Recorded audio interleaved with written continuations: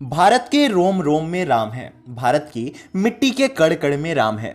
इसी बात को सिद्ध करने में सैकड़ों वर्ष लग गए, पर होई है सोई जो राम रचि राखा। जो राम चाहते हैं वही होता है।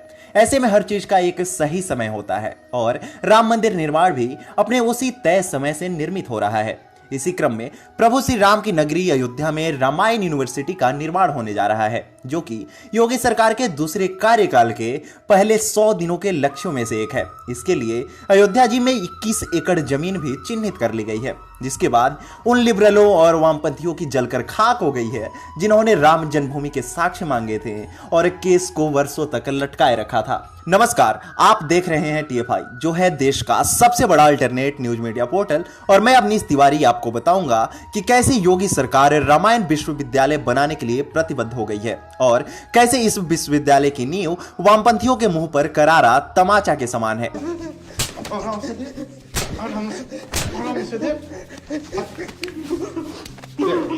तो चलिए अविलंब आरंभ करते हैं। दरअसल उत्तर प्रदेश की योगी आदित्यनाथ के नेतृत्व वाली भाजपा सरकार ने अगले 100 दिनों के भीतर अयोध्या में एक विशाल रामायण विश्वविद्यालय स्थापित करने का निर्णय लिया है, जिसे भाजपा सरकार के कार्यकाल के पहले 100 दिनों के भीतर प्राथमिकता के आधार पर पूरा किए जाने का उद्देश्य है। इसी के निर्माण और अस्थायित्व के लिए रामायण विश्वविद्यालय की स्थापना के उद्देश्य से ट्रस्ट द्वारा विश्वविद्यालय के लिए 21 एकड़ भूमि निर्धारित की गई है। श्री राम जन्मभूमि को राममय करने की इस मुहिम में अयोध्या शोध संस्थान रामनवमी के अवसर पर रामायण के वैश्विक विश्वकोश के तहत 10 ग्रंथों का प्रकाशन और विमोचन करने वाला है। रामायण विश्वविद्यालय सनातन धर्म की शिक्षा देने और उसे मजबूत करने पर ध्यान केंद्रित करेगा।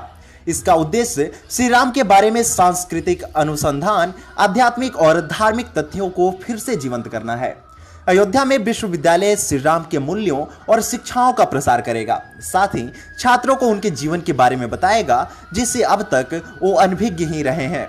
बता दें, कुछ कट्टरपंथी और मार्क्सवादी मनहूसों ने अब तक अयोध्या में राम मंदिर को काल्पनिक बताया था। बाद में यह सुई वाराणसी में आकर्षक काशी विश्वनाथ कॉरिडोर पर मुड़ गई और अंततः बारी आई मथुरा के मंदिर की। इससे यह स्पष्ट होता है कि लिबरलों के लिए प्राचीन हिंदू इतिहास कुछ और नहीं बल्कि अतिशयोक्तिपूर्ण पौराणिक कथा है। उसी के आधार पर मार्क्सवादी दकियानुसी विचारकों के अनुसार आज तक श्री राम और अन्य हिंदू देवता वास्तव में कभी अस्तित्व में ही नहीं थे। अब जब स्वयं रामायण यूनिवर्सिटी के बैनर तले श्री राम के इतिहास के बारे में पढ़ाया जाएगा, तो निश्चित रूप से सभी वामपंथी, कट्टरपंथी और मार्क्सवादी मनहूसों की नींदें जो 2019 से हराम हुई पड़ी हैं, उसका नामो निशान नहीं दिखेगा। निश्चित रूप से यह मनुष्यों की ऐसी प्रजाति है जो कभी भी श्री राम के नाम को पढ़ना या पढ़ाना नहीं चाहती है, और तो और इससे इन्हें परहेज रहा है कि सनातन धर्म की महिमा को पुनर्जीवित किया जाए और प्राचीन भारतीय इतिहास को फिर से बताया जाए।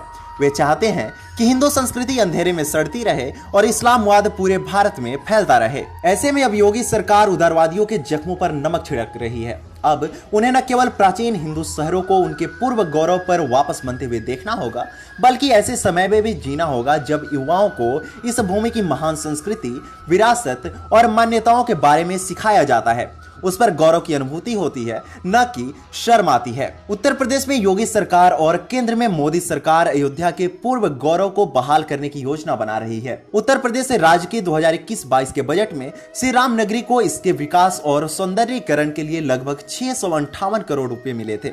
अयोध्या में 100 करोड़ रुपए के बजट से राज्य सरकार धार्मिक संस्थानों के अलावा राज्य पर्यटन के विकास पर भी जोर दे रही है।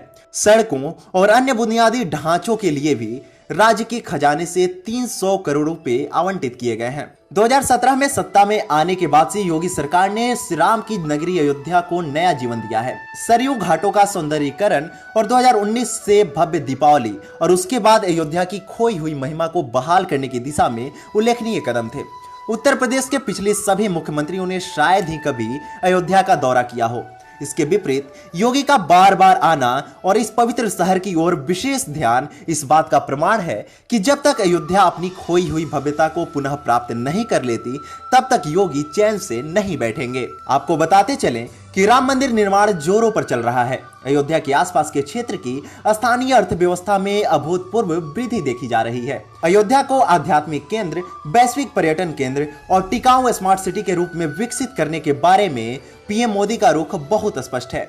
राम मनोहर लोहिया अवध विश्वविद्यालय द्वारा बड़ी परियोजना के लिए अपनी 3900 हेक्टेयर भूमि को सौंपने के प्रस्ताव को मंजूरी देने के बाद योगी सरकार द्वारा अयोध्या अंतर्राष्ट्रीय हवाई अड्डे की परियोजना को भी तेजी से गति देने का काम किया जा रहा है। रामायण विश्वविद्यालय का निर्माण अयोध्या के विकास और विस्तार को नए पंख दे रहा है। वो बात अलग है कि रुदाली राग गा रही तमाम विपक्षी पार्टियां अब बस आंसू बहाने के अतिरिक्त कुछ नहीं कर सकती। शाश्वत सत्य यही है कि अयोध्या में रामायण विश्वविद्यालय मार्क्सवादी इतिहासकारों के लिए एक बड़ा तमाचा है, जिसके निशान चेहरे पर चस्पा होकर भी दिखाई दे रहे हैं।